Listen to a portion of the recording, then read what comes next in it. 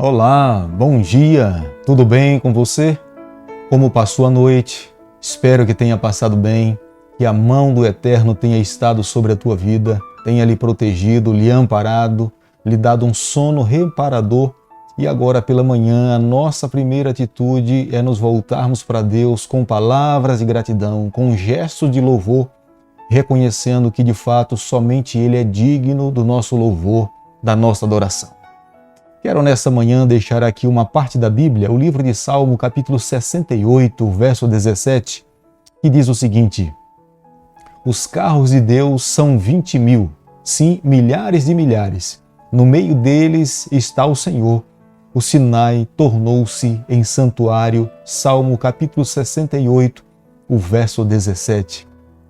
O salmista Davi, ele reconhecia que Deus estava ao seu lado. Os seus anjos lhe acompanhavam em todo momento das suas batalhas. Nós não podemos nos esquecer que no dia de hoje também, diante dos desafios, das lutas que nós iremos enfrentar, nós teremos o nosso Deus ao nosso lado, com os seus anjos, com milhares e milhares de anjos para nos amparar, para nos proteger e nos conceder a vitória. Nessa manhã, como em outras manhãs, nós iremos dar seguimento no estudo do livro de Números, um capítulo da Bíblia a cada manhã. Quero convidar você então a abrir a palavra de Deus no livro de Números, capítulo 11, o verso 1. Queixou-se o povo de suas sortes ao ouvido do Senhor. Ouvindo o Senhor, acendeu-lhe a ira, e o fogo do Senhor ardeu entre eles e consumiu extremidades do arraial.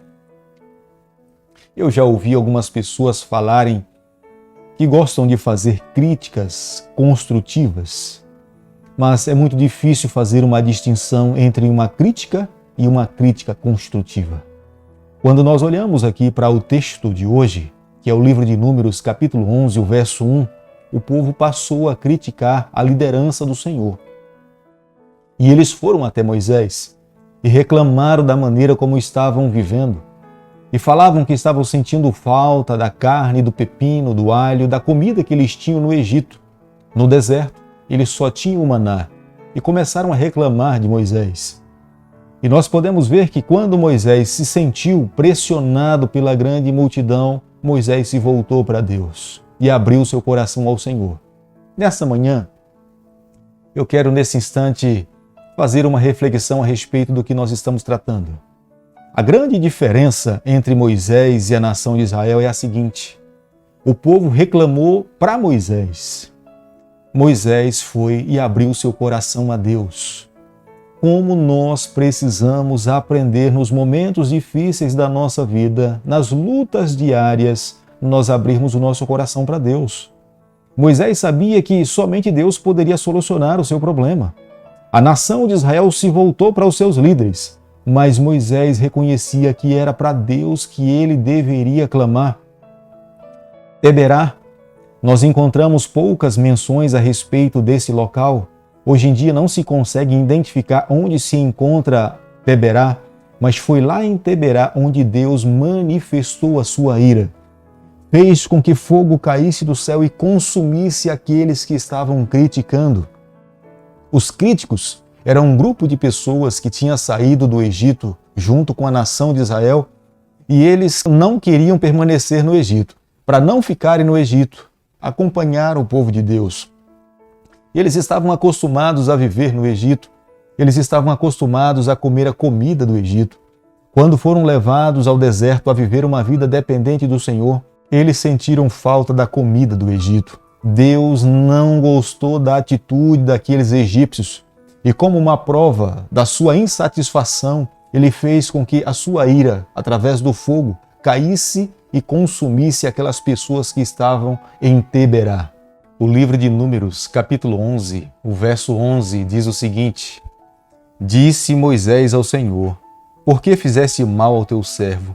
E por que não achei favor aos teus olhos, visto que puseste sobre mim a carga de todo este povo? Moisés se sentia extremamente sobrecarregado. Embora Moisés também estivesse reclamando, Moisés estava falando para Deus. Moisés reconhecia suas limitações. Ele sabia que o fardo em conduzir, liderar aproximadamente 2.000 pessoas não era nada fácil. Problemas diversos, dificuldades muitas, falta às vezes da água, às vezes o próprio alimento. Algumas pessoas estavam cansadas, alguns idosos, outros enfermos. Todos esses problemas Moisés tinha que resolver. Briga entre os casais voltavam-se para Moisés e outras dificuldades era Moisés que resolvia. Mas aqui Deus encontra uma solução para resolver o problema de Moisés. Deus pediu a Moisés que encontrasse homens preparados para lhe ajudar nesse trabalho. Seriam os líderes, seriam pessoas capacitadas, seriam aquelas que diretamente tratariam do problema e os problemas mais difíceis seriam levados para Moisés. O seu fardo iria diminuir, o peso do seu trabalho iria diminuir e Moisés teria condições de viver uma vida mais intercessora diante de Deus. Da mesma forma como aconteceu a Eli em Teberá, e que o fogo do Senhor estava caindo e não parou de cair enquanto Moisés não intercedeu ao Senhor, Moisés agora teria mais tempo para viver uma vida intercessora diante do Senhor.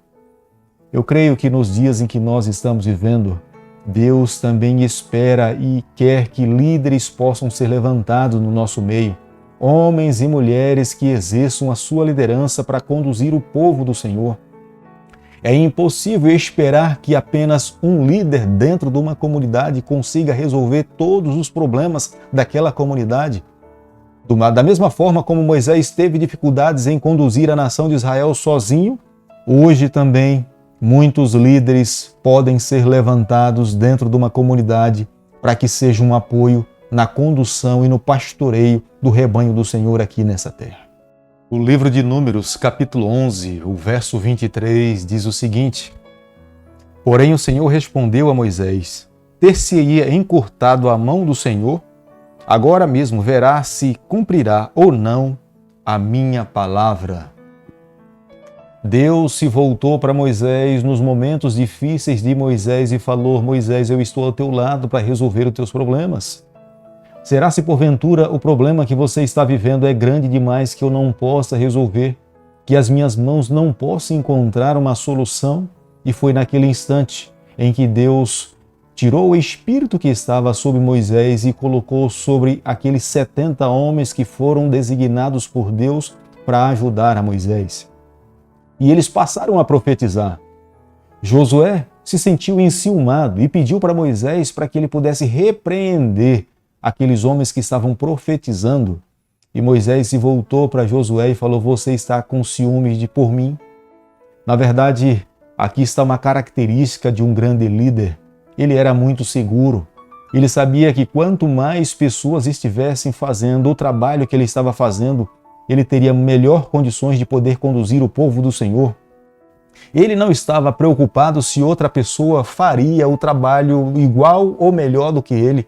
O que de fato ele esperava é que outras pessoas se envolvessem no seu trabalho. Sabendo que mais pessoas estavam envolvidas no trabalho que ele estava fazendo, consequentemente os resultados seriam muito maiores. Olhando para a liderança de Moisés, vejo que é um exemplo e um modelo para os dias em que nós estamos vivendo. Um líder seguro, um líder cristão, ele precisa convidar e dar oportunidade para que mais pessoas se envolvam no trabalho. Quanto mais pessoas trabalhando para Deus, os resultados serão muito maiores. O livro de Números, capítulo 11, o verso 31, nós podemos ver que Deus sopra um vento e envia carne, porque aquelas pessoas que estavam no deserto, muitas delas queriam comer carne, porque no Egito eles comiam carne. No deserto eles estavam comendo apenas o maná e estavam reclamando. E Deus então permite que um vento sopre e traga codornizes para que eles pudessem comer. Ao concluirmos aqui o capítulo 11 do livro de Números, nós podemos ver que nada é impossível aos olhos do Senhor. Onde se dá limitação humana, nós precisamos acreditar que Deus pode fazer por nós. O que nós não conseguimos fazer, nós precisamos colocar nas mãos do Senhor. Deus pode solucionar todos os nossos problemas. Eu não sei se nessa manhã falo para alguém que tem passado problemas familiares e tem imaginado que o seu problema já não tem mais saída. Coloca nas mãos de Deus. Eu não sei se tem falado para alguém e tem tentado encontrar um emprego em meio à crise financeira que temos vivido no nosso país, mas, amigo, coloque nas mãos de Deus. Permita que Deus possa ser Deus na sua vida. Não sei também se falo para alguém que vive um momento difícil na área da saúde e não sabe mais o que fazer, mas, amigo, coloca nas mãos do Senhor. Aceite a vontade de Deus para a tua vida. Vivendo dessa forma, tenha certeza que os propósitos de Deus se cumprindo na nossa vida serão muito melhores do que os nossos próprios propósitos. Confia no Senhor, entrega nas suas mãos e tenha certeza que Ele irá abençoar a nossa vida. Querido Pai, nas suas mãos nessa manhã nós nos colocamos. Reconhecemos as nossas limitações. Por favor, fica conosco. Esteja conosco no decorrer desse dia. É o nosso pedido, é a nossa oração e nós fazemos em nome de Jesus. Que o Senhor te abençoe e te guarde. Que Ele faça resplandecer o seu rosto sobre você. Que Ele tenha misericórdia de você. E sobre você, nessa manhã, Ele levante o seu rosto e conceda a sua paz em nome de Jesus.